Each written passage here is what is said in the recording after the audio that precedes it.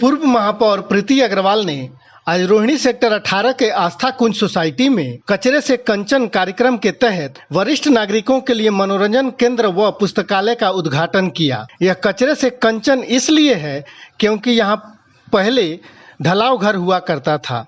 यहाँ से उठने वाली बदबू लोगों को परेशान करती थी, जिसे प्रीति अग्रवाल ने बंद कराकर यहाँ पर पुस्तकालय का निर्माण कराया है। इस केंद्र में कुर्सियां, मेज तथा पुस्तकें रखवाई गई हैं, जहां बुजुर्गों के अलावा कोई भी आकर पढ़ सकता है या फिर अपना समय व्यतीत कर सकता है। इस केंद्र का उद्घाटन उन्होंने RWA के पदाधिकारियों, सदस्यों समेत अनेक भाजपा कार्यकर्ताओं और MCD के अधिकारियों की मौजूदगी में फीता काटकर तथा नारियल तोड़कर किया। उद्घाटन के बाद RWA के पदाधिकारियों तथा स्थानीय लोगों ने प्रीति अग्रवाल द्वारा क्षेत्र में कराए गए कार्यों की तारीफ की। माननीय प्रधानमंत्री जी से प्रेरणा लेते हुए जब मैं उत्तरी दिल्ली नगर निगम की मेयर बनी थी तो मेरा भी विजन था कि दिल्ली को हमें स्वच्छ दिल्ली और स्वस्थ दिल्ली बनाना है। स्वच्छता, शिक्षा और स्वास्थ्य मेरा विजन था। उसी को लेके डे 1 से मैं चली थी और सबसे पहले मैंने आइडेंटिफाई किया कि जिस वार्ड में मैं रहती हूँ वहाँ पे 32 कूड़ेदान हैं। अब कूड़ेदान है तो कूड़ेदान में रहेगा ही, तो इसका मतलब ये है कि पहले उनको बंद करना पड़ेगा।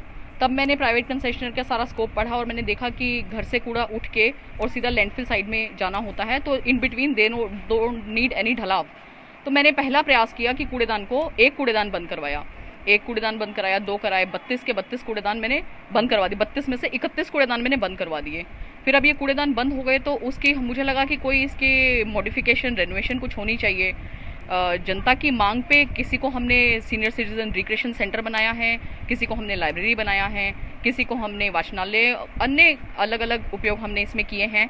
और जब कभी हमें पैसे की भी प्रॉब्लम आई है तो मैंने ये भी देखा, जब निगम को में पैसे का शॉर्टेज है, प्रॉब्लम है, तो मैंने ये भी देखा कि लोग भी सामने आए हैं कि आप हमें स्थान NOC दिलवा दीजिए और इसको हम बना भी अपने आप लेंगे। क्योंकि सफाई कर्मचारियों को क्या था कि काम करने के बाद उनको किसी पार्क में बैठ के खाना खाना पड़ता था, तो हमने ये इस तरह की ये बंद करवा के हमने सफाई कर्मचारियों के बैठने की, उनका सामान रखने की, इस तरह की जगह भी बनवाई हैं, वो भी बन के तैयार हो चुकी हैं। अच्छा, आस्था कुंज को आने वाले कुछ दिनों में क्या मिलने वाला है? आस्था कुंज को देखिए, मैं यहाँ की सड़कें बनवा चुकी हूँ, यहाँ की नालियाँ ऑलरेडी बनवा चुकी हूँ, यहाँ पे ये भी बन गया है। उसके बाद मैंने यहाँ पे जिम भी लगवाया है। जब मैं जिम का उद्घाटन करने आई तो मुझे सभी सीनियर्स ने बोला कि यहाँ पे उसकी फ्लोरिंग होनी चाहिए, तो उसकी फ्लोरिंग भी मैं करवा चुकी हूँ। यहाँ पे लगभग आप पूरी सोसाइटी में घूम के देखेंगे तो यहाँ पर किसी भी चीज़ की वैसे ज़रूरत नहीं है। साफ़ सफाई, फॉगिंग, सैनिटाइजेशन, सैनिटेशन, ये ऑनगोइंग काम है, तो ये काम तो 24/7 हम कर ही रहे हैं। और जैसे ही RWA का मेरे पास कोई भी मैसेज आता है तो मैं तुरंत आधे घंटे के अंदर ही वो काम कराती हूँ। इसके लिए मैं निगम के अधिकारियों का भी और कर्मचारियों का भी बहुत धन्यवाद करती हूँ।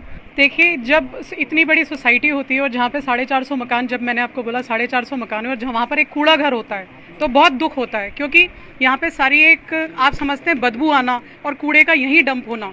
और डबल काम था मैम के लिए भी कि अपने सफाई कर्मचारियों के लिए भी डबल ड्यूटी हो गई हो उनके लिए, तो हम इतने ज़्यादा संतुष्ट हैं। आप खुद देख सकते हैं, आप कहीं पर भी नज़र दौड़ाइए, आपको आस्था कुंज चमकता हुआ दिखेगा।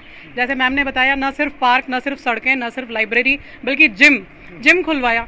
जिम के मैम ने नहीं बताई वो चीज़, जिम के नीचे कोई फर्श नहीं होता, पर सीनियर सिटीजन्स के बोलने पर मैम ने फर्श भी डलवाई, क्योंकि जिम के नीचे इसलिए फर्श नहीं होता कि कोई एक्सीडेंट हो जाए तो चोट लग सकती है, पर सबने बोला नहीं, इधर होना चाहिए क्योंकि हमारा आधा पार्क बच्चों के खेलने के लिए, तो आप प्लीज़ इसमें फर्श डलवाइए।